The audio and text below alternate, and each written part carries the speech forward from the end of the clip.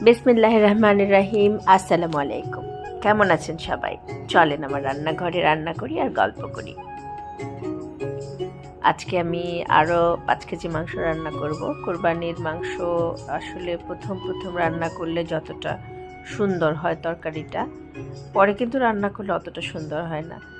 Fridge থেকে বের করলে দেখা যায় অনেকটা কিছু ফেলে দিতে হয়, কিন্তু প্রথম কুরবানির সময় যখন রান্না করা হয় তখন খুব একটা কিছু বাদ যায় না, আর মাংসটা রান্না করলে সুন্দরও হয়।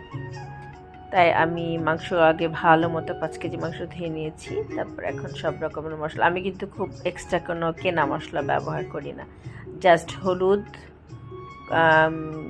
লাল মরিচ, তারপর আদা বাটা, রসুন বাটা, গরম মশলা, জিরা গুঁড়া, ব্যাস, লবণ, তেল, আর কিছু না।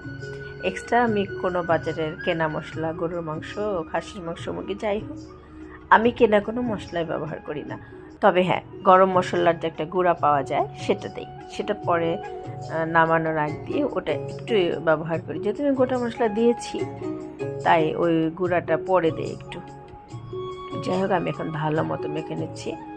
5 কেজি মাংস যেহেতু একটু মাখতে আসলে হচ্ছে, নিচের থেকে পুরাটা হয়তো ভালো মতো মিক্সড হচ্ছে কি না জানি না। যে আমি পরে বড় খুন্তি দিয়ে যখন উল্টে পাল্টে দিব তখন কিন্তু ঠিক সুন্দর মতো হয়ে যাবে।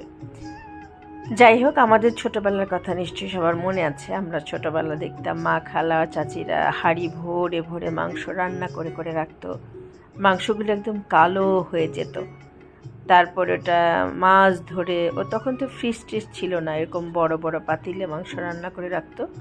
আর তখন কিন্তু চর্বি খুব একটা ফেলতো না, আমরা তখন চর্বি খাই না বললেই চলে। তখন দেখা যেত চর্বির মধ্যেই মাংসটা ডুবে থাকতো। সকালে একবার জাল দেয়া, বিকালে একবার জাল দেয়া, এটা ছিল রুটিন। মানে প্রতিদিন 2বার করে মাংস জাল দিতে হতো। আমার মাংসটা কষানো হয়ে গেছে একদম প্রায়। আমি তো পানি দিই নেই, শুধু হাতটা একটু ধুয়ে দিয়েছিলাম।